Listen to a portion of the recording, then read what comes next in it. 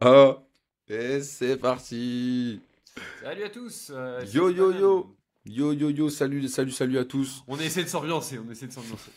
Tu sais, on devrait mettre un petit jingle ou une petite musique au départ là. Un Ouais, petit Drake. on l'a dans la tête, on l'a dans la Un petit tête. Drake. Voilà, t'en as Euh, un joli pull, qu'est-ce que tu nous caches? Mec, ça y est. On l'annonce comme ça là direct, but en blanc? Ok, voilà. On va dire, on est officiellement devenu partenaire chez XAR. Donc, on a signé un contrat avec eux cette semaine. On est super content. On croit à 10 000% dans la solution. Et ça va notamment être le thème de notre building public d'aujourd'hui. Découvrir un petit peu XAR et vous en dire un peu plus sur l'outil. Yes, yes, Et yes, franchement, yes. Bah, hâte de vous montrer tout ça, mais ouais, on a hâte de vous faire découvrir ce bel outil, il est vraiment excellent et je pense qu'on a pas mal de projets à faire avec eux et j'ai hâte de voir ce que ça va donner, cette petite collaboration. claro. Et avant d'aller un peu plus loin, je voulais aussi dire que j'ai reçu pas mal de retours sur les buildings publics. Genre, le ratio nombre de vues, nombre de retours est assez important. Et j'ai même eu mon père qui a eu le temps de regarder tous les buildings publics. Il m'a dit qu'il n'avait pas tout compris parce que c'était pas que son langage, ce qui est normal. Mais il m'a aussi fait la réflexion qu'on faisait beaucoup trop d'onomatopées en mode des E, des A, et ce qui rendait parfois un peu la vidéo moins digeste à regarder. Donc là, Aïe. je vais essayer de faire un effort de faire moins de E et d'être plus dialectiquement correct, c'est ça?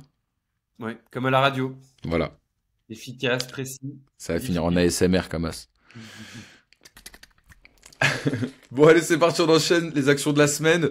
Du coup, première nouvelle, contrat officiellement chez XAR. Comme on dit, il n'y a plus qu'à maintenant. Faut aller signer les projets, développer les projets, etc. On a une belle vision qui s'affine énormément sur Anti-KO. Si vous êtes intéressé d'ailleurs sur XAR, monter en compétences, n'hésitez pas à nous envoyer un message. On commence déjà un peu à regarder des personnes qui seraient intéressées pour monter en compétence sur le logiciel, donc n'hésitez pas à venir vers nous. On a rencontré quoi? Trois nouveaux clients intéressants, trois propales envoyées, donc une propale de compréhension de leurs besoins et ensuite une propale de développement dans un temps 2. On a terminé notre premier audit, tu veux peut-être en dire un mot Flo? On a terminé notre deuxième audit même. Notre deuxième audit. Notre deuxième audit, ouais, effectivement. Bah, ça s'est bien passé. On a pu un peu déployer notre méthode qui est en train de s'affiner aussi sur les audits. Et l'idée, bah, c'est de pouvoir signer après des projets de développement derrière. Mais globalement, bah, ça a été un audit efficace. Et voilà. Ouais. Et la dernière partie, c'est qu'on a pas mal affiné notre processus de vente. Pour le rappel, hein, pour ceux qui n'ont pas forcément ça en tête, moi je m'occupe beaucoup de la partie commerciale et Flo de la partie création des plateformes, donc la partie production. Et on a vraiment mis à plat un peu le lien entre ces deux mondes parce que on a fait le parti pris dans un premier temps de vraiment séparer ces deux mondes au maximum et de vraiment juste que j'envoie à Flo les clients une fois qu'ils sont closés. Et là, on a pris un moment cette semaine pour se dire, OK, moi dans mon monde, voici mes process, toi dans ton monde, quels sont tes process? Et c'est important quand même d'avoir une vision de comment l'autre fonctionne et qu'est-ce que l'autre raconte dans son discours pour aligner enfin, accorder les violons, c'est ça qu'on dit? Accorder les violons et Mm. aligner les discours, quoi. Yes.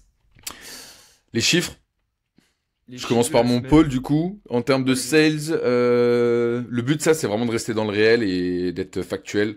On enlève le startup Hollywood et on est factuel sur les chiffres. On a fait 4 calls de prospection, 2 propositions envoyées et la rédaction d'un cahier des charges en cours.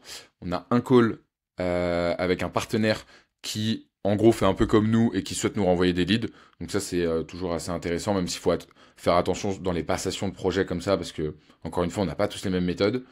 On a lancé une campagne de call emailing et en fait, enfin, on n'a pas encore, on va lancer une campagne de call emailing, mais avant ça, il faut faire une étape qui est très importante, qui est de définir le ideal customer profile, c'est-à-dire en fait, qui est ton client idéal et où est-ce que tu vas le chercher. Donc pour ça, il faut d'abord se poser la question.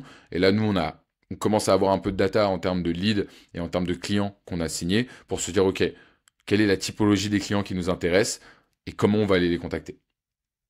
Ouais. Sur la partie production, je te laisse.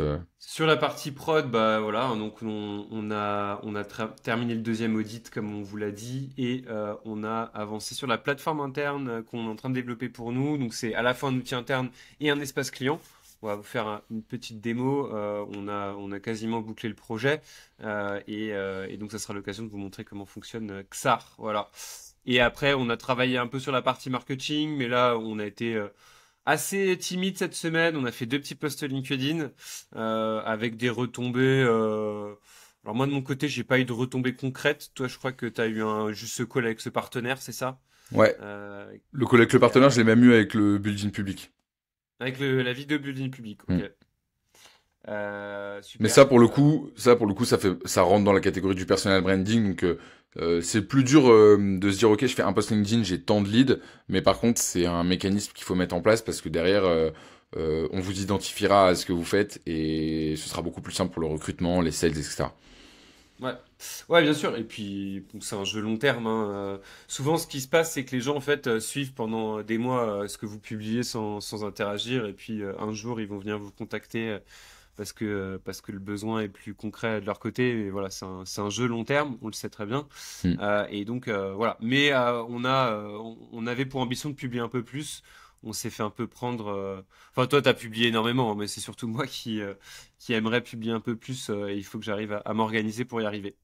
Là, j'ai une Voilà. belle photo qui va, j'espère, faire pas mal d'impressions sur LinkedIn. Une belle photo avec BM, où on a un peu mis le chaos dans les bureaux de Xar. Ah, d'ailleurs, Mm. on s'est rendu. Tu sais, tu l'as vu la photo avec le. Je lui ai dit, bon, au moment où on a signé le contrat de partenariat, je lui ai dit, bon, allez, on fait une photo pour immortaliser ça. Et après, il a pris un plot, une poubelle, enfin, je sais Ne même plus ce qu'il a spoil pas pris. trop les gens. Bon, bah, il a tout dit. Ok. Bah voilà. Et il a dit, on va mettre le chaos dans la photo. Je trouvais ça assez gaulerie sur le moment. Et ouais, l'autre point, mais je sais pas si on en a déjà parlé, mais on se rapproche de personnes qui ont des newsletters Ouais, intéressantes. on l'avait dit, ouais. On l'avait dit, ouais. Bah là, du coup, pour cette partie-là de newsletter, c'est encore une fois qu'on a défini notre ideal customer profile, on se dit, ok, bah, quelles sont les personnes dont les newsletters touchent ces profils-là, et après, on peut faire des opérations de partenariat. Yes, bon, on passe au thème de la semaine. Allez, C'est c'est comme ça parti. Bing, que tu bing, bing. l'appelles. Donc ouais, cette semaine, on voulait vous présenter XAR parce que je pense que bah, ça peut être intéressant de découvrir cet outil, quel que soit votre domaine, votre domaine d'expertise, votre industrie. Je pense que c'est intéressant de connaître cette solution et de voir nous comment on l'utilise et comment on pourrait la déployer voilà, chez nos futurs clients. Alors, je vais partager mon écran. Alors attention, je l'ai jamais fait. Touk. Onglet Chrome, non, on va partager toute la fenêtre. On va partager ça. Oh là, ça va partager les clés API, on le sent. Ouais. Hop. Est-ce que je suis bon là? T'es tout bon. Ok. Du coup, Xar, pour vous dire quelques mots sur cette solution qui est vraiment top, c'est un outil qu'on pourrait appeler un app builder. Donc, c'est un outil qui vous permet de construire des applications, donc des applications métiers. Et comme c'est écrit sur l'écran, sur mesure. Donc, vous allez pouvoir aller assez loin dans la construction de ces applications, parce qu'en fait, c'est un système de blocs. Donc, en fait, si vous voulez, vous allez avoir, on va vous montrer concrètement à quoi ça peut ressembler. Vous allez avoir une page blanche dans laquelle vous allez pouvoir définir différents blocs, donc une colonne à gauche, trois blocs au milieu, un bloc de titre, des blocs de contenu. Et à chacun de ces blocs, vous allez associer un type de contenu, une type d'action que vous voulez faire. Vous allez pouvoir mettre un bouton, vous allez pouvoir mettre des graphiques, vous allez pouvoir mettre des tableaux, vous allez pouvoir mettre énormément de composants, donc ça s'appelle les composants, voilà comme on peut le voir ici. Donc c'est un système de drag and drop assez classique, hein. Je pense que tous ceux en tout cas qui connaissent un peu les outils no-code sont familiers déjà avec ce système. Et donc ce système de drag and drop vous permet de configurer l'interface utilisateur de façon très personnalisée. Et donc ça peut être utilisé pour tout un tas de besoins. Alors, je sais pas pourquoi là il y a un bug.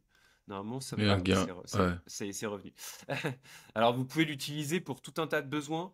Nous, vous allez le voir, on l'a utilisé pour notre espace client. Donc, vous pouvez construire des espaces clients pour voilà, donner accès à des informations et permettre à vos clients d'interagir avec vos produits, votre service. Vous pouvez avoir un portail pour gérer toutes vos devis, vos factures. Donc, c'est générer des documents format PDF, les enregistrer dans une base, les envoyer suivre leur statut. Vous allez pouvoir gérer vos stocks. Vous pouvez même créer des CRM sur mesure, hein, avec vos processus métiers. Voilà, donc ça, ils sont très bons, il faut le savoir, sur la partie génération de documents. Donc vous pouvez vraiment générer des documents types, des reporting, voilà, tout type de documents au format Word, PDF, avec un générateur qui est intégré. Et c'est là vraiment pour moi la grosse différence que Xar est en train de faire sur le marché du no-code, parce que vous avez plein d'app builders actuellement sur le marché, hein. Vous avez Software, vous avez Bubble, vous avez Stacker, vous en avez plein. Et le choix qu'a fait Xar, c'est d'intégrer en fait ces différents modules dans leur application. Donc là où avec d'autres outils, vous allez créer votre espace client par exemple, et vous allez devoir utiliser un autre outil pour générer des documents. Donc par exemple Google Doc, Google Slides, qui vont être connectés via des connecteurs. Alors, je vais peut-être pas rentrer trop dans les détails techniques, mais vous allez devoir voilà, additionner un peu les outils entre eux. Xar prend le parti vraiment de centraliser en fait tous les outils, donc que ce soit pour générer des documents, pour faire de la signature électronique, pour faire voilà, tout un tas d'automatisation. Vous allez pouvoir le faire directement depuis la plateforme. Mais du coup, c'est quoi la différence avec un software? Parce que moi, par exemple, j'ai déjà fait des générations de documents aussi avec software en utilisant Zapier. Ouais. C'est ce que je disais en fait, c'est que aujourd'hui, dans Xar, tu as un gain de temps par rapport à ça. Ok. C'est qu'en fait, ces outils ils sont intégrés vraiment dans l'application. Donc en fait, quand tu vas être dans le côté du côté builder, donc celui qui développe la plateforme, tu vas retrouver ces petits outils directement dans ta plateforme Xar et tu vas pas avoir besoin de stocker ta donnée ailleurs que sur Xar. Là où avec Software, tu as souvent un back-end qui va être sur Airtable. Là, l'idée, c'est de tout centraliser vraiment sur Xar et d'avoir les outils à disposition et du coup de gagner du temps dans la construction de ces workflows et de pas avoir à rebondir d'outil en outil pour savoir où est l'automatisation, pourquoi est-ce qu'elle a bugué à ce endroit-là. Là, vous avez vraiment tout qui est centralisé sur l'interface de Xar en fait. Cool. Voilà. Donc voilà, vous pourrez aller sur le site internet de toute façon, ils ont un site internet qui est assez canon et qui explique très bien ce qu'ils font. Et ils développent voilà, énormément de fonctionnalités, de logique avancée. Et voilà, ça vous permet, je pense que c'est plutôt bien résumé, hein, de passer de votre vieux tableau Excel à une interface un peu plus sexy.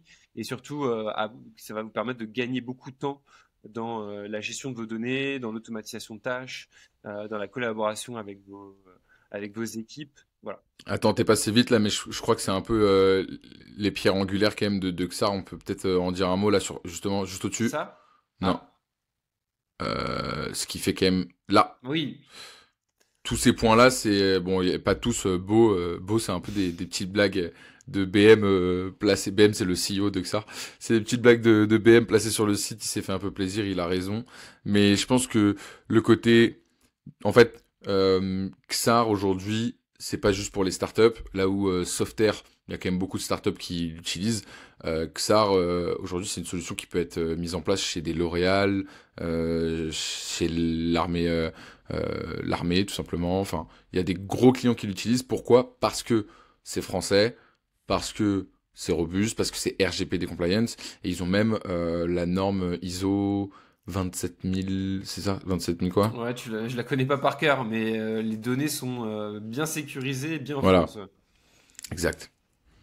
Et c'est une demande qui est de plus en plus récurrente, effectivement. Nous on le voit hein, avec les gens avec qui on discute. Ils sont de plus en plus attentifs, en tout cas, au stockage de la donnée. Et donc, le fait de pouvoir travailler avec un outil qui est français, qui stocke les données en France de façon sécurisée, c'est clairement un énorme avantage. Et c'est aussi une des raisons pour lesquelles on a été vraiment attiré par Xar aussi. C'est que ça permet ça, quoi. C'est la norme ISO 27001. Voilà. La norme la plus connue au monde en matière de système de management et de la sécurité de l'information. Voilà. Et ben, comme ça, on est précis, c'est bien. Voilà, et donc ça c'est vrai, tu fais très bien de soulever ce point. Et là vous pouvez voir voilà un peu les types de champs que vous allez pouvoir créer. Vous allez évidemment pouvoir faire des calculs, intégrer du paiement directement en ligne, vos logiques métiers, avoir des composants avancés, faire de l'intégration assez complexe quand les outils ne sont pas directement disponibles dans XAR. Et voilà, donc c'est un outil en tout cas qui évolue aussi très très vite. Ils ont une équipe de dev qui est très à l'écoute des feedbacks des utilisateurs et de leurs clients. Et ça, c'est aussi hyper agréable de travailler avec eux. Quand vous travaillez avec des gros SaaS américains, évidemment, vous n'avez pas le même poids que quand vous travaillez avec des acteurs français voilà, qui ont des équipes un peu plus resserrées. Ça vous permet d'être plus proche et de participer activement aussi à l'évolution du produit. Et moi, je dois dire que je suis assez bluffé par le nombre de features qu'ils arrivent à déployer chaque mois, quoi.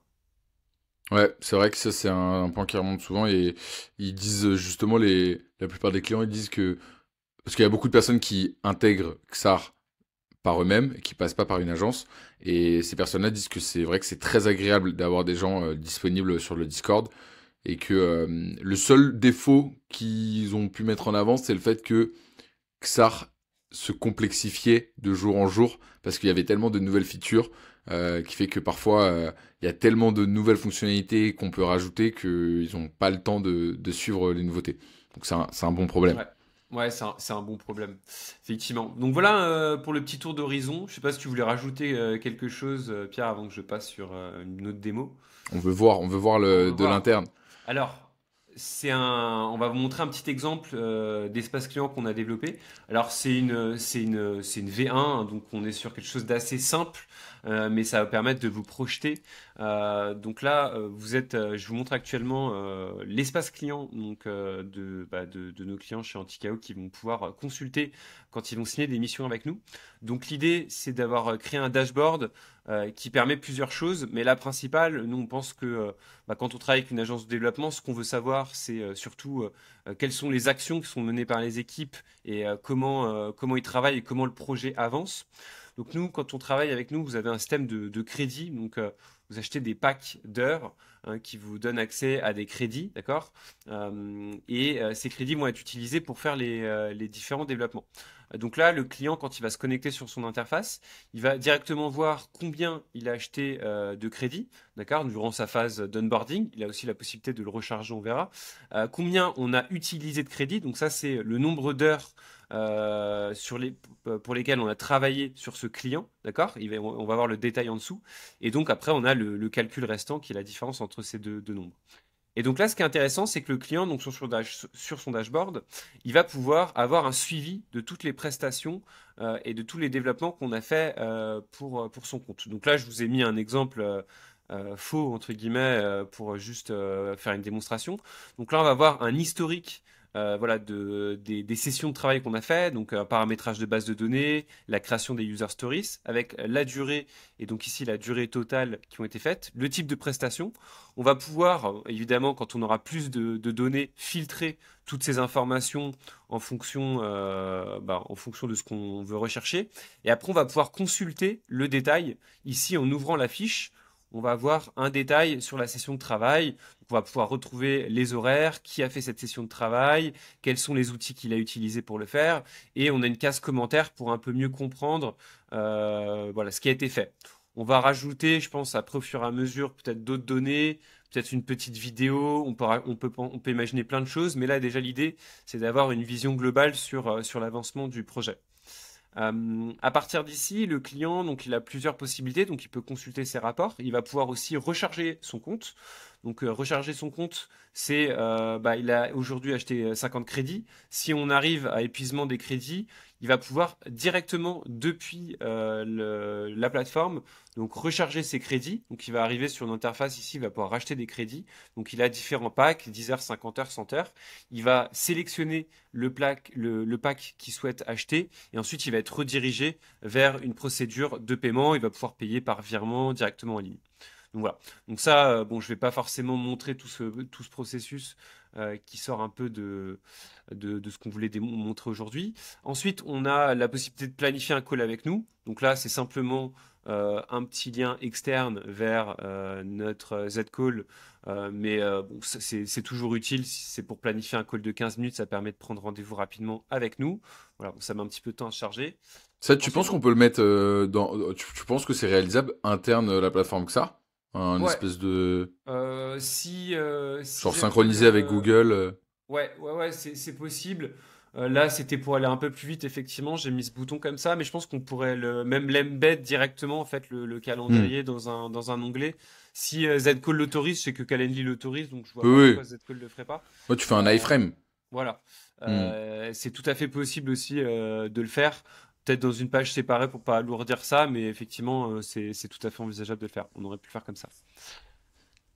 Donc voilà, ensuite on a la partie documents. Donc là, le client va retrouver tous les documents, soit donc les livrables qu'on va lui envoyer, soit les documents que lui va nous partager. Donc vous savez, quand vous démarrez une mission, vous avez besoin, par exemple, de collecter des documents auprès d'un client. Donc là, par exemple, en démarrage de mission, nous on aime bien collecter l'organigramme simplement pour comprendre un peu comment fonctionne l'entreprise et comment sont organisés les différents pôles.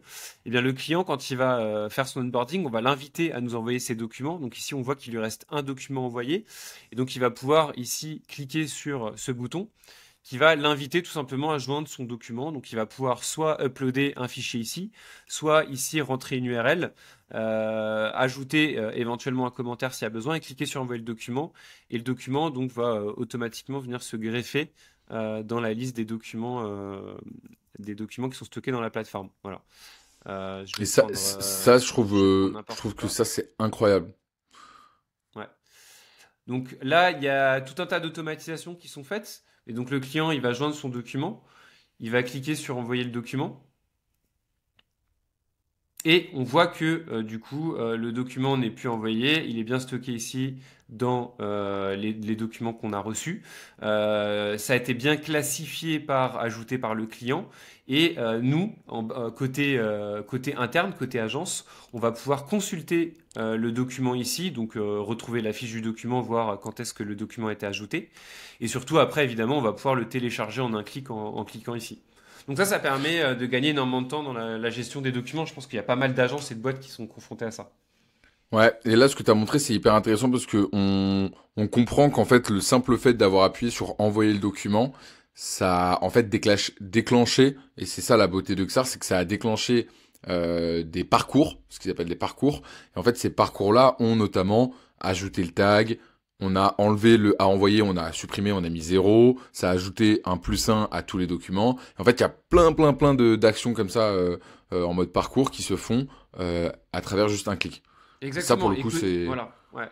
Et c'est ça qui est sympa, c'est que côté client, bah, en fait, le client s'en rend pas compte. Vous voyez, ça charge quand même assez rapidement. Et en fait, voilà, on a tout un tas de choses qui sont automatisées. Le client il a juste ajouté son document, il a cliqué sur envoyer. Et nous, on l'a associé au bon client, évidemment.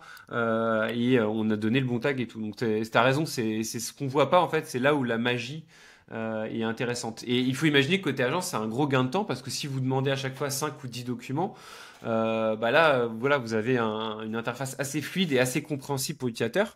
Et surtout, votre client, il va pouvoir revenir sur les documents et les retrouver assez facilement si par exemple il y a un besoin d'aller consulter une restitution, un livrable que vous lui avez envoyé.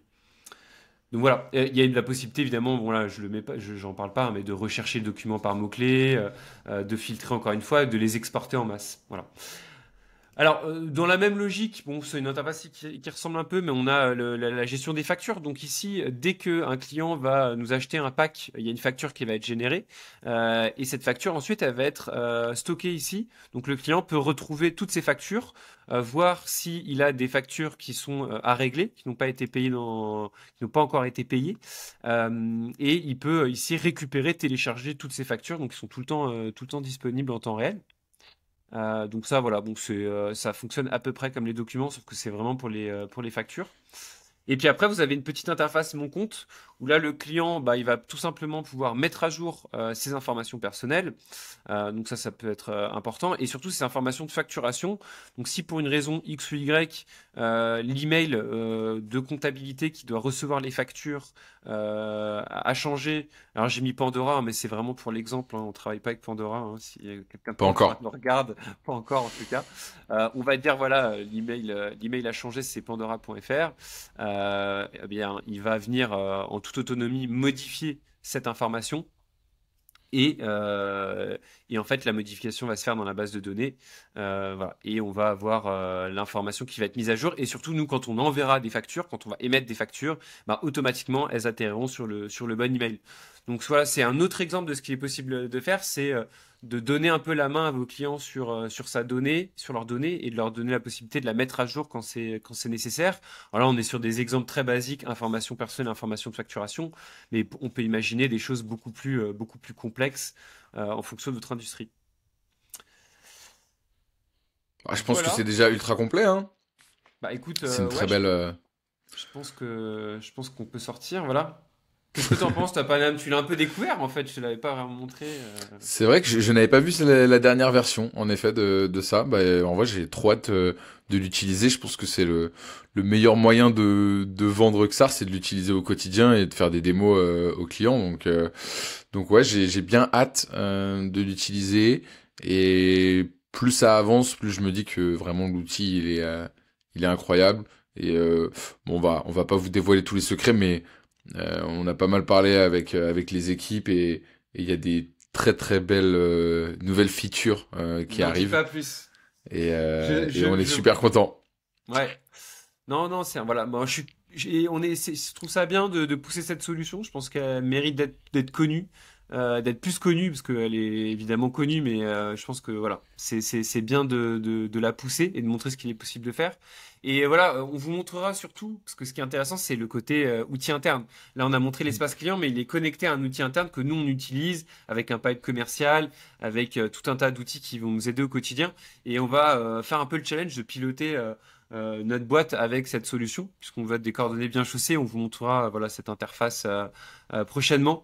Mais voilà ce qu'il est possible de faire en tout cas avec ça. Trop bien. Semaine prochaine, potentiellement, on sait pas s'il y aura d'épisode parce que notre ami Flo part en vadrouille. Et ensuite, c'est moi qui vais partir en vadrouille. Mais bon, Ouais. ça fait partie du jeu. Il va falloir qu'on s'organise. Et donc, on se retrouve incessamment sous peu. Peut-être qu'on fera un épisode sous un autre format. Ou bref, on n'a pas encore la réponse. Mais il est possible qu'il y ait pas d'épisode pendant 1 ou 2 semaines. Le temps que on se J'entends remette la en place. déception des gens. La C'est foule est, terrible. Mais ne craignez rien. On sera de retour prochainement, donc ne vous inquiétez pas. la foule est en pleurs. On continue le format. C'est juste que voilà, on a des petites vacances qui arrivent de notre côté. Voilà. Yes. Bon allez, merci Flo, à plus. Ouais, merci Pierre. À Bye. bientôt. Bye.